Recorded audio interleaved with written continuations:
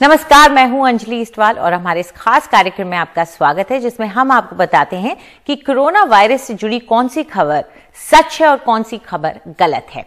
आज हम जो चर्चा करने वाले हैं वो भारत में चल रहे टीकाकरण यानी कि कोरोना के वैक्सीनेशन से जुड़ी हुई है। दरअसल सवाल कई जानकार उठा रहे हैं कि जो रफ्तार है हमारी वैक्सीनेशन ड्राइव की वो बहुत ही ज्यादा सुस्त है, खास तौर पे इसलिए भी क्योंकि भारत में क्षमता है इतनी वैक्सीनेशन प्रोड्यूस करने की, यानी कि उसका उत्पादन करने की और उसके बाद उनको लोगों को लगाने की, लेकिन उसके बावजूद हमारी जो वैक्सीनेशन ड्राइव है वो बहुत धीमी है। अगर आप उसका कंपैरिजन करते हैं, उसकी तुलना करते हैं दूसरे देशों के मुकाबले, तो वो बहुत ही ढीली है। भारत में सिर्फ अभी 0.8% लोगों को ही टीका लगा है, जबकि आप दूसरे देशों को देखें जहां पर ज्यादा कोरोना फैल रहा था। अगर आप कोरोना की मार के अलग अलग पैमानों पे देखें तो वहां ज्यादा बुरा हाल था, वहां पे भी बेहतर स्थिति अभी हमसे है टीकाकरण के मामले में। आप देख सकते हैं कि इजराइल बहुत आगे है। हालांकि यह भी कहा जा सकता है कि इन लोगों की आबादी कम है इसलिए इनके लिए आसान है, लेकिन हम अनुपात के हिसाब से भी अगर देखें तो भारत के पास कैपेसिटी है, कैपेबिलिटी है और वो चाहे तो इन देशों के से ज्यादा अपने यहां वैक्सीनेशन कर सकता है। चीन और रूस, जो कि बड़ी जनसंख्या वाले, चीन खासतौर पे बड़ी जनसंख्या वाला देश है, वो भी हमसे कहीं आगे है और उन्होंने बहुत जल्दी अपना वैक्सीनेशन ड्राइव शुरू कर दिया था। वो पहले कुछ ऐसे देश थे जिन्होंने सबसे पहले शुरुआत की थी। हालांकि वो एक तरीके से एक्सपेरिमेंटल था, लेकिन भारत की स्थिति इस वक्त जो है वो थोड़ा जिसे हम कहेंगे धीमी है। अगर आप रोजाना हमारे यहाँ कितने टीके लग रहे हैं, एवरेज उसको देखें, औसत, तो आप भारत और अमेरिका को कंपेयर कीजिए। अमेरिका में जोर रहा है टीकाकरण पर, भारत में शुरुआत भी देर से हुई जबकि हमारी वैक्सीन तैयार थी, लेकिन मकर संक्रांति के दिन से शुरुआत की गई, लेट हुआ और उसके बाद आप देख सकते हैं कि स्पीड भी हमारी उतनी तेज नहीं है जितनी अमेरिका में देखी जा रही है। अमेरिका का हाल बुरा है। जो बाइडेन ने अभी इस बात को उजागर किया कि 5 लाख लोगों की मृत्यु इस बीमारी से इस साल हो गई है, जो कि दुख की बात है और हमें अपने देश में भी अब इस स्थिति को बेहतर करना होगा वैक्सीनेशन ड्राइव को लेकर। चलिए इस पर चर्चा करते हैं। हमारे साथ खास विशेषज्ञ जुड़ गए हैं। डॉक्टर राजेश मल्होत्रा इस वक्त हमारे साथ हैं, जो कि चीफ कोविड फैसिलिटी है, माफ कीजिएगा, हमारे साथ वो जुड़ेंगे, इस वक्त अभी नहीं जुड़ पाए, लेकिन इस वक्त हमारे साथ डॉक्टर एनके अरोड़ा जुड़ गए हैं, जो कि एग्जीक्यूटिव डायरेक्टर हैं इनक्लेन ट्रस्ट इंटरनेशनल के और सदस्य हैं आईसीएमआर टास्क फोर्स के। हमसे बात करने के लिए शुक्रिया डॉक्टर अरोड़ा। डॉक्टर अरोड़ा, कल भी हमने इस पर चर्चा की थी क्योंकि अजीम प्रेम जी का भी एक वक्तव्य आया था। उन्होंने मिनिस्टर के सामने कहा कि अगर भारत चाहे प्राइवेट प्लेयर्स को इंक्लूड करके 1/3 जनसंख्या को हम 2 महीने के अंदर टीका लगा सकते हैं 50 करोड़ लोगों को, तो क्या वक्त है अब कि भारत अपने वैक्सीनेशन ड्राइव को मेरे ख्याल से जेट फ्यूल डाल करके अब उसे बहुत तेजी दिखाने की जरूरत है? धन्यवाद अंजलि आमंत्रित करने के लिए। आपने अभी जो भूमिका में बताया उसमें कुछ कुछ विरोधाभास भी है, मैं ये कहूँगा। एक तरफ तो अमेरिका में बहुत तेज़ी से वैक्सीनेशन किया गया, लेकिन अभी भी वहाँ बहुत सारे केसेस हो रहे हैं, मृत्यु भी सबसे ज़्यादा हुई है। इजराइल एक बहुत ही छोटा सा देश है, वहाँ पर उन्होंने काफ़ी तेज़ी से उनके हिसाब से वैक्सीनेशन किया है। तो अब मैं अपने देश के बारे में कहना चाहूँगा कि हम लोगों ने 3000 टीकाकरण केंद्र से अपना वैक्सीनेशन ड्राइव शुरू किया था और कल मेरे ख्याल से 12 या 14 हज़ार वैक्सीनेशन सेंटर्स पे वैक्सीन दिया गया। तो पिछले अब 6 हफ्ते होने वाले हैं, तो 6 हफ्ते में जो हमने एक्सपैंड जो है, मैं फिर कहना चाहूँगा, मैं पहले भी कह चुका हूँ कि ये एक डेलिबरेटली स्लो प्रोसेस किया गया और इसका एक कारण है और बहुत ही महत्वपूर्ण कारण है। पहली बात है कि हम लोगों के लिए अडल्ट इम्यूनाइजेशन, वयस्क टीकाकरण का अनुभव ये पहली बार है। लोग किस तरीके से रिस्पॉन्ड करेंगे और उनको फॉलो अप कैसे करेंगे, ये एक हमारे लिए एक चुनौती थी। नंबर 2 कि ये देश इतना बड़ा है और साथ में लोगों के मन में बहुत सारी शंकाएं थी सेफ्टी को लेकर के कि भाई कोई प्रॉब्लम होगी तो उसको कैसे हैंडल किया जाएगा। तीसरी चीज एक और जो महत्वपूर्ण है कि हमें 2009-2010 का अनुभव है जब H1N1 आउटब्रेक हुआ था। उस समय भी टीकाकरण का आरंभ दक्षिण और पश्चिम के कुछ राज्यों में शुरुआत की गई, लेकिन स्वास्थ्य कर्मियों की तरफ से जिस तरीके से रिस्पांस मिला था वो बहुत उत्साहवर्धक नहीं था और यहां तक कि उस टीकाकरण को रोकना पड़ा था और आखिर में 7-8 लाख 10 लाख जो टीके थे उनको नष्ट फेंकना पड़ा था। तो हम लोग इस बार ये जानना चाहते थे कि वैक्सीनेशन जब चले वयस्क तो लोगों का क्या रिस्पांस है। सबसे पहले चिकित्सा क्षेत्र से जुड़े लोग थे, लोगों में एक AEFI जो सुरक्षा से संबंधित जो कंसर्न था, चिंताएं थी, तो साथ ही साथ हम इन AEFIs को कैसे मैनेज करेंगे, कैसे डॉक्यूमेंट करेंगे। और एक और बहुत महत्वपूर्ण चीज है जो सारी दुनिया में कॉमन है और वो ये कि 2 टीके एक साथ लगने, हर एक व्यक्ति को 2 टीके लगने और 28 दिन के अंतराल पे लगना था, 4 हफ्ते के अंतराल पे। तो इसके लिए क्या कार्यक्रम करना है, क्योंकि हमारे एक अलग तरह का कंटेक्चुअल सोशल कल्चरल बैकग्राउंड है जिसमें लोग आ सकें। तो हमारी जो शुरू की स्पीड थी, लेकिन अल्टीमेटली अगले कुछ दिनों में हमारे पास कैपेसिटी है 50,000 से लेकर 1 लाख तक टीकाकरण केंद्र किए जा सकते हैं और प्राइवेट सेक्टर के बिना हम काम नहीं कर सकते। अभी भी लगभग 20-25% टीकाकरण केंद्र प्राइवेट सेक्टर में। ठीक है, चलिए डॉक्टर अरोड़ा, आप कह रहे हैं कि एक तरीके से स्लो शुरू में जाना जरूरी था। आप सरकार के इस जो फैसले हैं उसके पीछे की दलील को भी दे रहे हैं, लेकिन डॉक्टर राजेश मल्होत्रा हमारे साथ जुड़ गए जो चीफ कोविड फैसिलिटी हैं ट्रॉमा सेंटर एम्स के। डॉक्टर मल्होत्रा, आपसे जानना चाहेंगे क्योंकि लगातार ये अपील्स प्राइवेट सेक्टर से आ रही हैं कि अब हमें भी शामिल किया जाए, हमारा भी इस्तेमाल किया जाए और उनके पास कैपेसिटी भी है। भारत की प्रोडक्शन कैपेसिटी वैक्सीनेशन को देखते हुए कितनी हम पैदा कर सकते हैं, क्योंकि हम उत्पादन जो कर रहे हैं उसका कुछ हिस्सा बाहर भी जा रहा है, क्योंकि जरूरत भी है कुछ ऐसे देशों को देना जिनके पास वो उत्पादन की फैसिलिटी नहीं है। उसको मिला करके और अपने कंजम्पशन के लिए कितनी है कि हम पैदा कर पाएंगे अगर अब हम अपने वैक्सीनेशन ड्राइव को बढ़ाते हैं? जी, तो जैसे कि आपने कहा कि जिस स्पीड पे हम लोग अभी वैक्सीनेशन कर रहे हैं और डॉक्टर अरोड़ा ने बताया, तो मुझे लगता है कि कोई इसमें हमें वैक्सीन की अवेलेबिलिटी का कोई इशू नहीं है।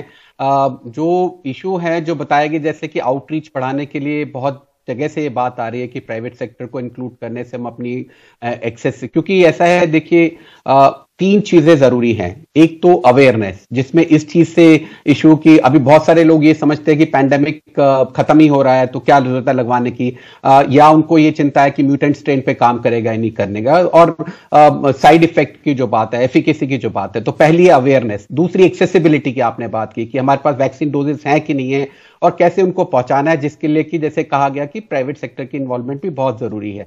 और तीसरी ऑफ कोर्स एडवर्टीजमेंट, या जो जिस तरह से जो लोग लगवा रहे हैं, तो मुझे लगता है हेसिटेंसी कम हो रही है।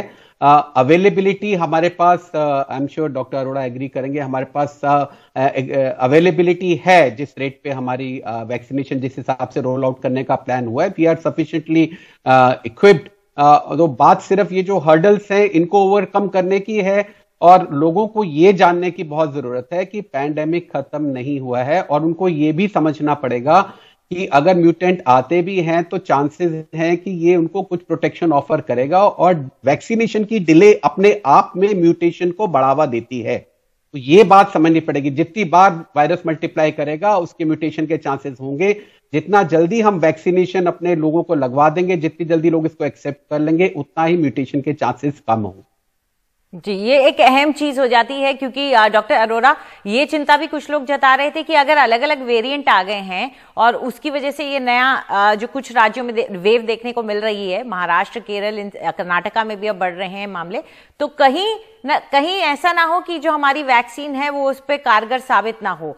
तो इस पर आप क्या कहेंगे? अंजलि, आपने एक बहुत अच्छा शब्द यूज किया था कि जेट प्रोपल्शन और जेट फ्यूल कब डाला जाएगा। मेरे को लगता है कि अगले 2-3 हफ्ते में ये बहुत तेजी से इम्यूनाइजेशन सेंटर्स को एक्सपैंड करने की जरूरत है, जैसा कि हम सब इस बात से एग्री करते हैं। और जितनी जल्दी हमारा प्रोपोर्शन ऑफ पॉपुलेशन इम्यूनाइज होगा, उतनी अधिक संभावना कम होती जाएगी कि म्यूटेंट और अराइज हों, जैसे राजेश कह रहे हैं। और दूसरी उतनी इंपॉर्टेंट चीज है कि अगर हमारा पॉपुलेशन इम्यूनाइज्ड रहता है, तो अगर म्यूटेंट वायरस का इंपोर्ट भी होता है तो उसका प्रभाव ज्यादा नहीं पड़ेगा, क्योंकि इम्यूनाइज्ड है। तो ये बिल्कुल सही है। मैं यहां पर एक बात और कहना चाहता हूं कि पोलियो कार्यक्रम में हम हर एक हफ्ते में 17 करोड़ बच्चों के पास पहुंचते हैं और उनको पोलियो की टीका देते हैं। कोई कहेगा कि भाई ओरल टीका है, ये आसान है, वो बिल्कुल ठीक है, लेकिन देश के पास ये पूरी क्षमता है कि हम एक साथ 17 करोड़ को एक हफ्ते में पहुंच सकते हैं, जो देश के सारे कोनों में है। तो इसी तरीके से ये वाली वैक्सीन भी हर जगह जा सकती है। जो शुरू का जो एक धीमापन था, वो जानबूझकर इसलिए किया गया कि ये एक्सपीरियंस बने और उसके ऊपर बिल्ड किया जाए, नहीं तो पूरे प्रोग्राम का कोलैप्स होने की संभावना भी हो सकती है। और ये जो वैक्सीन हेसिटेंसी का इशू है, ये कई बार बहुत तेजी से, तो ये अब हम इस स्थिति में हैं कि वैक्सीन की एक्सेप्टेंस बहुत बढ़ गई है। इवन चिकित्सा क्षेत्र से जुड़े हुए लोग जो हैं, वो वैक्सीन करवाने के लिए अब खुद अपने आप आगे आ रहे हैं, जो थोड़े से बच गए हैं, करीब 25-30%। तो अब हम एक बहुत अच्छी स्थिति में है और मेरे को लगता है कि अगले हफ्ते 10 दिन में हम लोग 50,000 केंद्र बनाए जाएंगे। और जैसे कि बताया, प्राइवेट सेक्टर के बिना हो नहीं सकता, क्योंकि प्राइवेट सेक्टर यहां पर क्लिनिकल केयर 60-70% देता है, लेकिन इम्यूनाइजेशन में भी 25-30%, 40% अगर केंद्र उनके पास होंगे, खासतौर पे जो अर्बन एरियाज हैं, वो उनका बहुत बड़ा सहयोग है और बहुत जरूरी सहयोग है। जी बिल्कुल। और अब ये बात सरकार ने भी साफ कर दी है अपनी मंशा की, अब प्राइवेट सेक्टर को भी शामिल किया जाएगा। तो उम्मीद यही है कि लोग भी जब सरकार बुलाएगी तो जाएंगे और अपना टीका जो उन्हें दिया जाएगा उसे जरूर लेंगे। डॉक्टर साहब, आपसे हम गुजारिश करना चाहेंगे कि कुछ 1-2 सवाल हैं जो हमारे व्यूअर्स ने भेजे हैं, उनका जवाब भी जरूर दीजिए। अभी एक छोटा सा ब्रेक ले रहे हैं, वापस आएंगे तो हमारे व्यूअर्स पूछेंगे आपसे सवाल।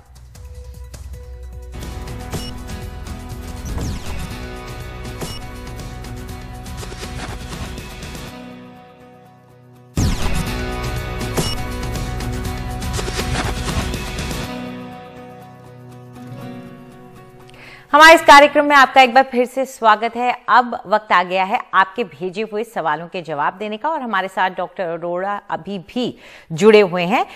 डॉक्टर साहब, पहला सवाल ले लेते हैं जो साक्षी ने भेजा है। नमस्कार डॉक्टर जी, मैं साक्षी गुरुग्राम से। मुझे आपसे एक प्रश्न पूछना है। 75 से ज्यादा उम्र वाले लोगों को क्या वैक्सीन दिलवाना जरूरी है? अगर वो ज्यादा घर से बाहर नहीं जाते तो भी क्या उनको दिलवाना जरूरी है? डॉक्टर साक्षी जी, आपने बहुत ही अच्छा सवाल पूछा है कि जैसे जैसे उम्र बढ़ती चली जाती है,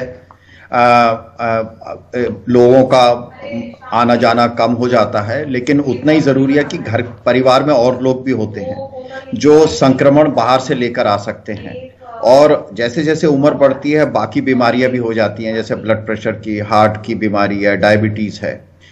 ऐसी स्थिति में तो 60 साल या 50 साल से ऊपर ये देखा गया है हमारे देश में जो मृत्यु है, 80% मृत्यु 50 साल से ऊपर के लोगों में, और ज्यादातर इनमें ये दूसरी बीमारियां हैं।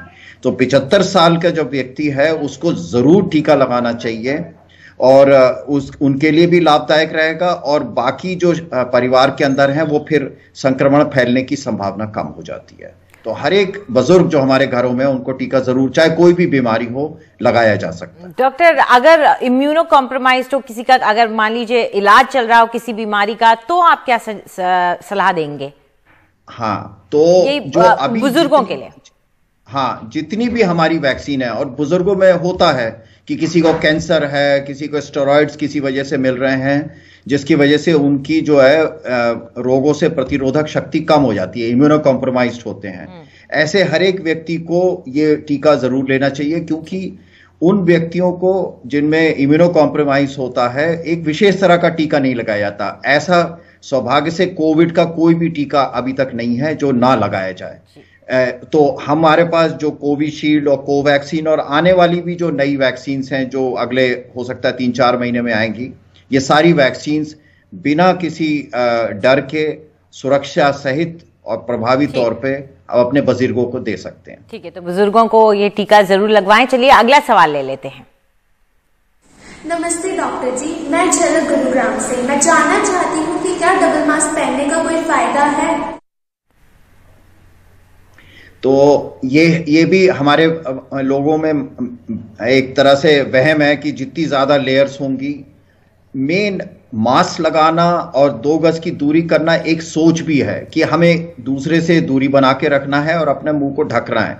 तो सिंपल अगर मैं कपड़े से भी अपना मुंह ढकता हूं, जैसे आपने देखा हो ग्रामीण क्षेत्र से आने वाले फेंटा लगाते हैं और मुंह पे कवर कर लेते हैं, या इसी तरीके से जो बाकी मास्क उपलब्ध हैं वो सारे के सारे बहुत अच्छे प्रभावी हैं और रोजमर्रा के इस्तेमाल के लिए लगाया जा सकता है बिना किसी, अगर हम बहुत ज्यादा लेयर्स के लगाते हैं तो फिर सांस लेने में तकलीफ होती है। तो जो सर्जिकल मास्क अवेलेबल हैं या सिंपल कपड़े से जो बने हुए मास्क हैं वो अपने अच्छा काम करते हैं। बिल्कुल, लेकिन मास्क जरूर पहने, ये हम लगातार कहते रहते हैं। डॉक्टर साहब, आपने इन सवालों के जवाब दिए, उसके लिए बहुत बहुत शुक्रिया आपका। तो उम्मीद करते हैं कि हमारे जो व्यूअर्स हैं वो इस बात को याद रखेंगे कि मास्क पहने जरूर, हाथों को साफ रखें, दूरी बनाए रखें, क्योंकि यही एक तरीका है, जब तक वैक्सीनेशन नहीं लग जाती है तो आपको ये कोरोना से बचाएगा और उसके बाद भी इसको जारी रखना है। फिलहाल हमारे इस कार्यक्रम में इतना ही। नमस्कार।